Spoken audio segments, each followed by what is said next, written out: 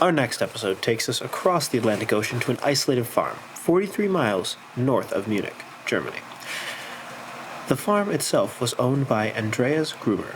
He resided with his wife, Cecilia, who is 72, their widowed daughter, Victoria Gabriel, who is 35, and Victoria's two children, Cecilia Jr., or not really Jr., but who is 7, and Joseph, who is 2. A maid also resided at the farm. Little did they know that they were going to be part of one of the most confusing murders in the world. Join us for the Hinterkaifeck Murders. Welcome to episode 4 of our little History and Mysteries podcast here. I'm here with my 3 other co-hosts. I'm Charles. I'm Raven. I'm Trevor. I'm Jaime. And thank you for joining us this week. So, why don't we have Jaime take it away?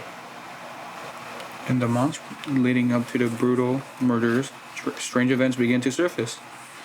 The family started noticing changes in the environment and other strange occurrences. An example of these occurrences was their maid, Crescence Rieger, announced her resignation. She reported hearing bodiless voices as well as footsteps coming up from the empty attic at night. Crescence also claimed to see shadowy figures moving around the house and barn as well, as an overbearing feeling that she was being watched. All of these spectacles convinced her that something evil was lurking around the farm, and she wanted no part of it. The family dismissed their claims and continued their daily life. Little did the family know that her suspicion could have saved them. In the days leading up to the murders, the family began to notice strange occurrences more frequently. These warning signs were just too vague. One day, a newspaper was found in the home. No one knew where it had come from, and even after questioning neighbors, its origins remained a mystery. The paper was also formed from a different region, adding to the mystery. Another event was discovered by Andreas Gruber. Footprints in the snow. The footprints in the question led from the edge of the forest to the farmhouse, but not back. He quickly searched the property but found no unwelcome guests. The night following, Andreas heard footsteps in the attic. He searched the entire attic, but nothing was found. The family dog also began growling at something in the attic and the barn, something it had never done before. The family also had found a set of keys to the house that went missing. The loss made Andreas unsettled because he had never lost those keys before. The isolated nature of the farm also caused concern about whether they were stolen. The day before the final night had several strange occurrences too. Maria Baumgartner, the new maid, arrived at Hinterkaifeck. This was her first and last night on the farm. Victoria withdrew a large sum of money from the bank. The family dog barked constantly at something unseen, unnerving the family.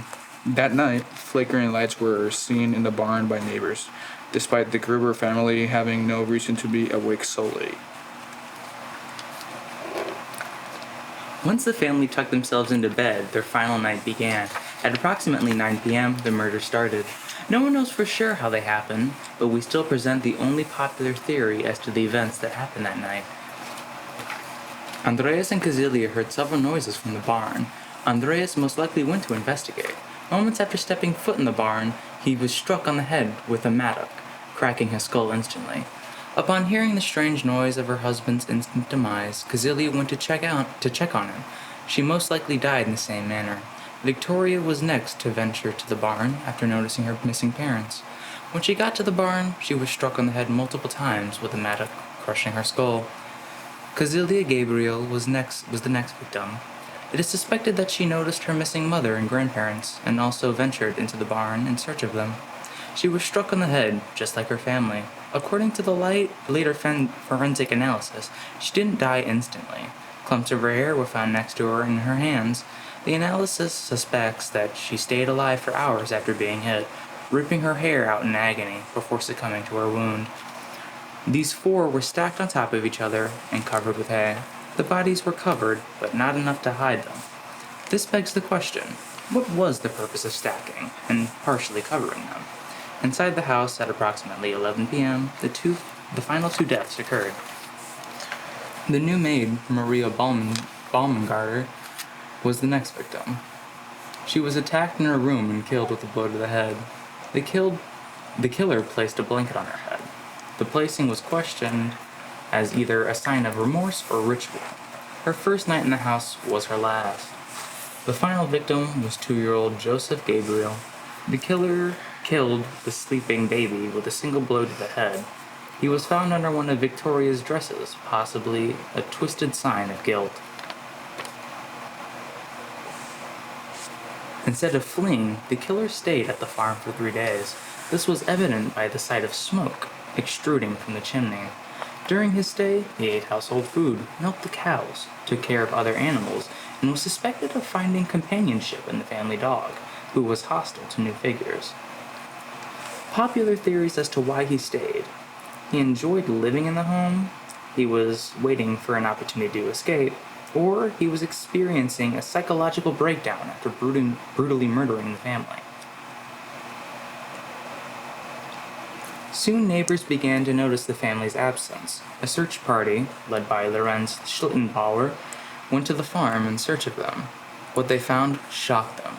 After the discovery of the bodies, citizens moved them in search of evidence. No valuables were stolen, and the bodies were left undisturbed by the killer during his stay. Now let's move on to the theories. So our first theory is the stalker in the attic. So many believe that the killer lived on the farm for weeks or even months before striking. This theory is supported by several different pieces of evidence. There were attic noises that were reported by both the former maid and Andreas Gruber. The footprints lead from the forest, but they never return. The keys mysteriously disappeared just before the murders. And even the family dog was acting strangely. He was barking at empty spaces all the time. So a possible scenario is the murderer possibly a disgruntled farmhand, drifter, or escaped prisoner found shelter in the barn or attic. They watched the family in secret, moving around at night, perhaps even stealing food. And as days passed, their obsession or hatred for the family grew, leading to them to commit one of the most horrific mass murders in German history. Some theorists believe the killer was a former worker familiar with the farmer's layout, which explains why they moved so effortlessly through the property, even caring for the animals after the murders. The creepiest detail is that the killer likely stayed in the house for 3 days after the murders, eating the food from the kitchen, tending to the livestock, and even lighting the fireplace at night. Victoria Gabriel's secret lover or the husband theory. Victoria Gabriel, Andreas Gruber's daughter, was a widow whose husband had supposedly died in World War I. However, many suspects think he faked his death and returned in secret. Victoria had been receiving large sums of money, which some think was a secret lover or a hidden husband somewhere. A theory suggests that the mystery man came back, found out that she was involved with another man, and murdered the entire family in a jealous rage. The possible suspects are Carl Gabriel, Victoria's supposedly dead husband. Some soldiers later claimed to have seen him alive after the war, though this was never proven.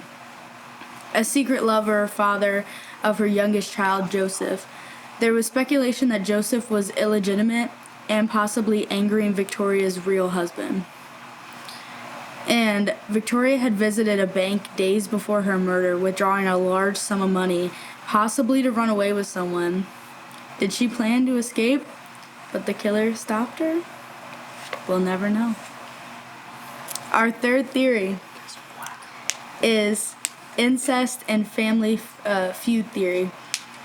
A deeply disturbing theory suggests that Andreas Gruber, the father of the family, was sexually abusing his daughter Victoria. This theory exists because there were rumors that Joseph, Victoria's youngest son, was her father's child, a result of incest. In 1915, Andreas and Victoria had already been convicted of incest and sentenced to prison time.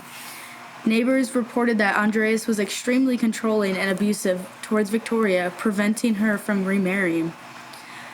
Victoria may have been trying to leave, taking Joseph and her daughter Kazilia with her. The murderer could have been someone close to Victoria who wanted to protect her, perhaps an angry lover, a rejected suitor, or a former soldier friend of Carl Gabriel found out about the abuse and snapped. Joseph's crib was untouched during the murder while everyone else suffered brutal head trauma. Was the killer hesitant to harm Joseph, believing him to be innocent? We don't know. Theory 4 is the serial killer or bandit theory. Another possibility is that the family fell victim to wandering serial killer or a bandit seeking revenge. A murderous drifter who stumbled upon the farm and decided to kill. A former farmhand who had a grudge against the family. A bandit or thief who intended to rob them but ended up slaughtering them all. However, this theory does have major flaws. The family had money left untouched in the house, meaning robbery wasn't the motive. The killer showed familiarity with the farm, staying there for 3 days. Once again, the most random killers don't linger. And the weapon was taken from the farm, suggesting the murderer didn't bring their weapon they used that was already there. Number 5 is the supernatural or paranormal theory.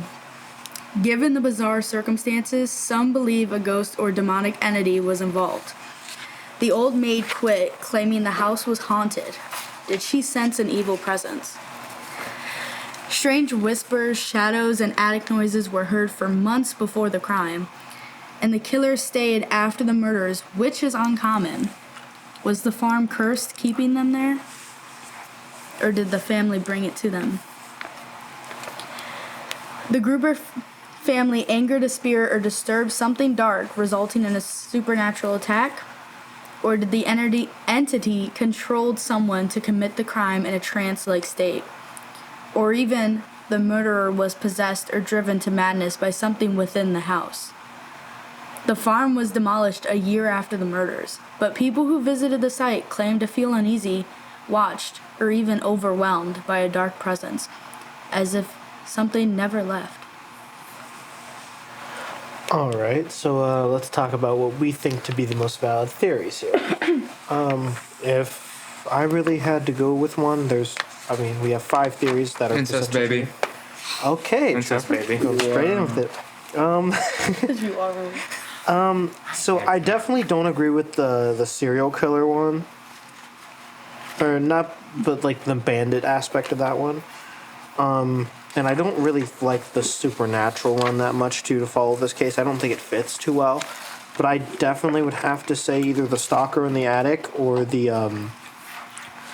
husband one was both valid reasons. I also do think the incest baby was a valid reason to support you, Trevor. I'm gonna go with, hear me out. There was another secret lover, and he found out about the incest baby, and he flew into a murder's rage. The incest baby one could be it, because like when they killed the baby, he didn't he put him in the dress of Victoria. He didn't put him in the dress, but He covered him with the dress, and He covered a lot of the bodies with stuff. Yeah, but this one was it seemed like he knew. It was kind of more necessarily I don't want to oh, this was a horrible act, let's hide the body, let's show a little bit of respect for this child at least. Yeah. Type attitude. It was a jealous, angry kind of killing, and then felt bad for the baby.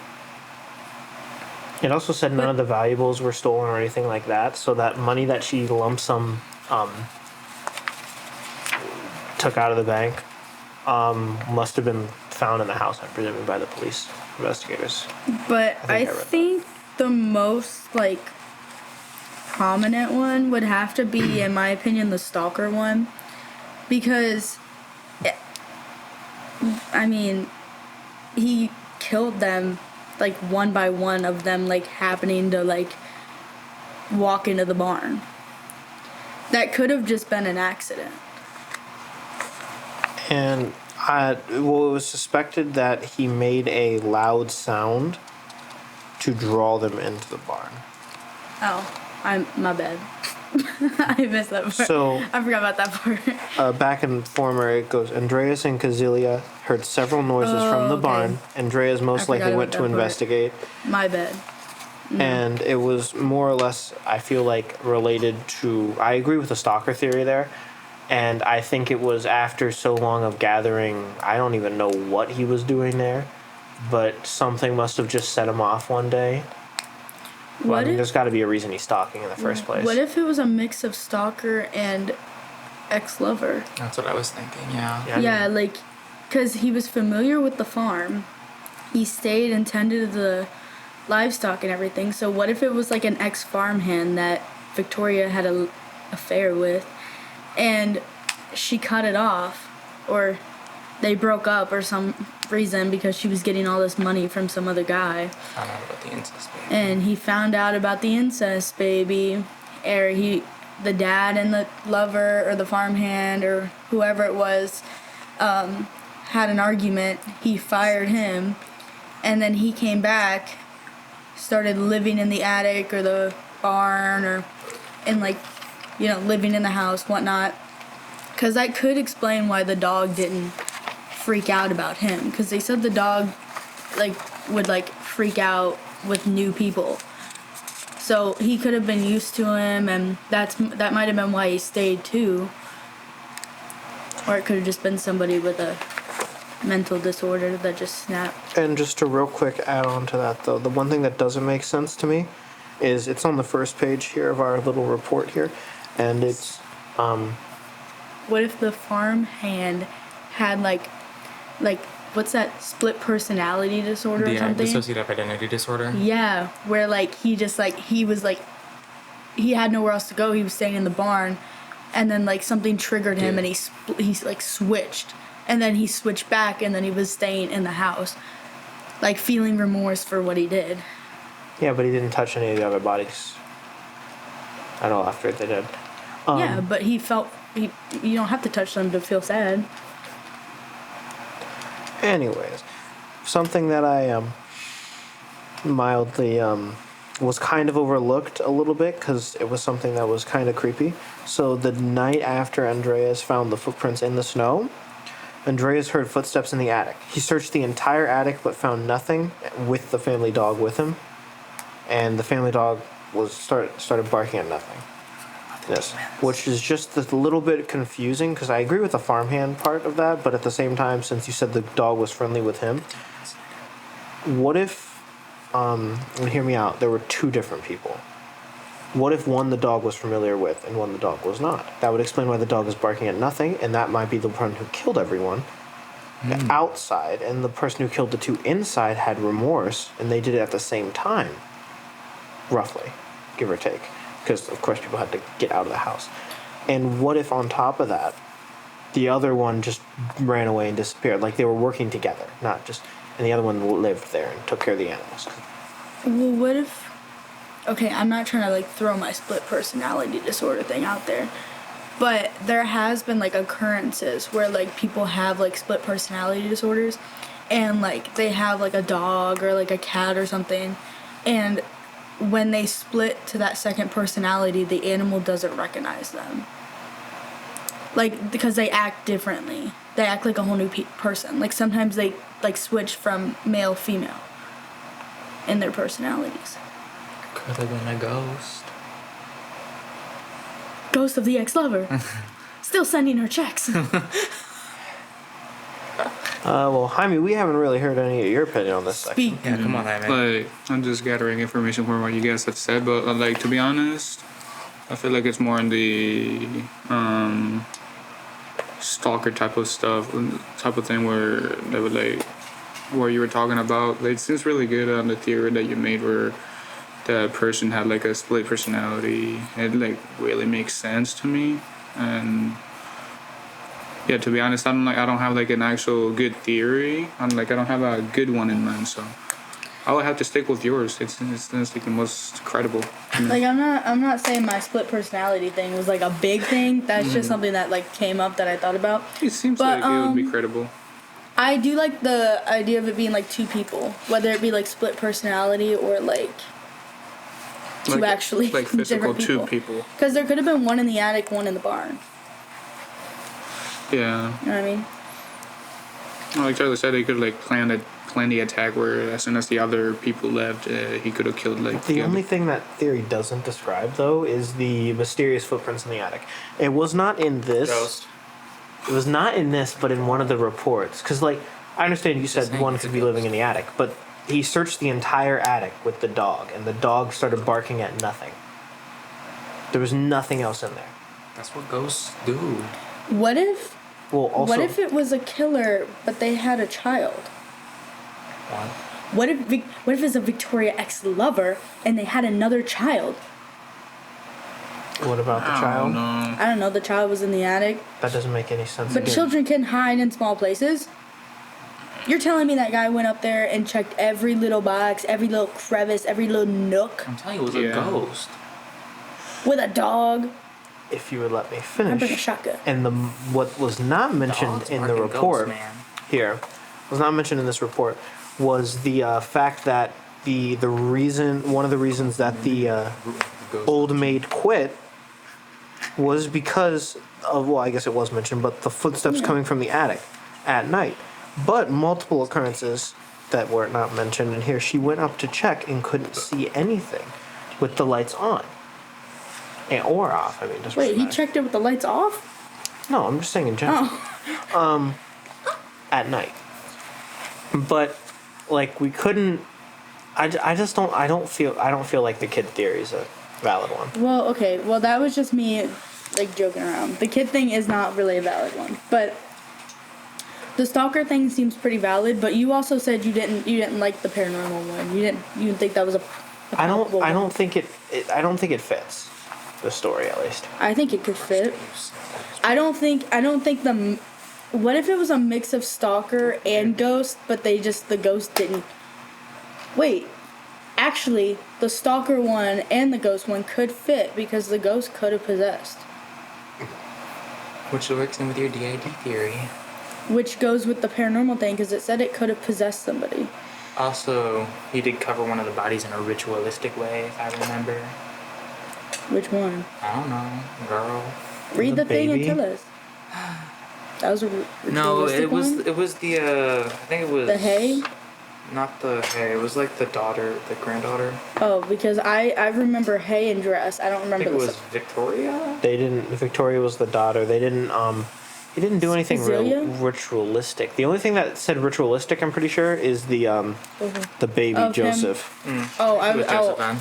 I thought it was. I thought you were gonna say like him living in the house or something. Well, Okay, well, let's go through here and let's see what possible theories that we finalized ourselves at least on. he didn't hurt the dog.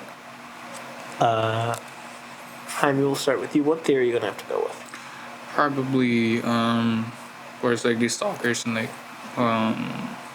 like pretty much I would have to go with where one of them was living in a farm in the barn and then the other one like in the actual attic. I mean, Yeah. I feel like it would make sense, but it's just like the one thing it like lacks evidence of or like that seemed really creepy to me was the father was like looked through the whole attic and found nothing. But other than that, I'm still probably gonna have to go with that theory, where it's like the two people living in the property but at different locations. Yeah. Trevor? It was a ghost. It was a spooky ghost. Boo. What you mean, boo? Boo! A ghost. It was a ghost. Hey, this is not funny. This is a tragic case. Yeah, it's not funny, Trevor. What the hell? People were slaughtered. I didn't do nothing. I am you were taking your side piece. I'm split between the stalker and paranormal. I think it could be this. I think it could be both in the same hand, same What's pot. your mix? The stalker and the ghost. Well, the stalker could have been possessed, but I think if I had to actually pick one, I'd go stalker. But the footsteps in the attic still don't make sense. That's ghost stuff, man. Why nothing could have found it? Yeah, I know. That's why I'm saying like the ghost and the stalker one go hand in hand for me. The But- only thing I wish I would have known that would definitely more lean me 100% and factual about this is the if there was a window in the attic Yeah, I want to know if there was a window in the attic. or an openable But- window in the attic. well, I should say. Well, it's like an older farmhouse, and like most older farmhouses have like windows. Yes, but the question is it an openable window in the attic for someone to fit through? But then they also did say that they felt like there was something in the house. So even if it wasn't open open, prisons after the farm was destroyed. Well, because that could explain That was part before. of the mysterious footprints up from the forest to the house. yeah, Because then they just stopped. He could have jumped and grappled himself onto the roof. yeah, and well, then- because there could have been upstairs rooms and everything that he could have like maybe snuck in some room. Like I don't know if all the bedrooms were on the floor, ground floor. Quick fact. Yeah, right here. It says after the murders, but people who visited the site. The farm was demolished. Oh, my bad. No, that's fine. I didn't read that part. My bad. Girl. Well, I did read that part. You did read that part. Anyways, let's go ahead and end it there. So I'm gonna Wait, jump. what was yours? That's what I was about to say. Conclusion. Girl. I know you ain't jumping. God. Well, I thought you were about to say I would have to go with the stalker theory, but I definitely think it's very easily possible that it was two different people who did these attacks. And I feel like maybe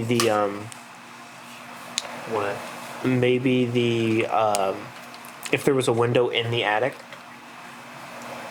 then it was, then it's very plausible that, God, these two are distracting me. It's very plausible. These two as in Jaime and Trevor. No. Yeah, but for my theory, I would have to go with the stalker theory. There's just, the footsteps in the attic could be easily explained if there's a window up there. There's probably some type of picture of this house somewhere, and maybe not even necessarily a picture, but a painting. It could tell us this answer that we're not going to look at until after this podcast and forget about it by next week. But what the real statement is, more or less, like, I just feel they could have easily just had two people, one living in the attic, and that the footprints leading to the attic could definitely explain that, like or not to the attic, but to the house. If the house was just low enough, there was like a barrel or something nearby that the killer could have jumped on and used it to scale the roof and then get in the attic in the middle of the night. That could be why the footprints or the footsteps were heard in the attic, because he was maybe leaving the attic that night. But long story short, we're going to go ahead and conclude the theories there. The Hinterkaifeck murders remain one of the most unsettling and perplexing crimes in history. The brutality of the killings and the eerie procession with which the victims were lured and executed, and the killer's disturbing decision to stay on the farm for days afterward, all contributed to the mystery's haunting legacy. Despite over a century of speculation, no definitive suspect has ever been identified, and the true motive remains buried in the silence of the crime scene. Was this an act of personal vengeance, a crime of opportunity, or something much, much more sinister? The farmhouse itself was demolished in 1923, but the legend of Hinterkaifeck endures, whispered among true crime enthusiasts and investigators still determined to uncover the truth. The case serves as a chilling reminder that some mysteries refuse to be solved, and some killers vanish into the darkness, never to be caught, yet never truly gone.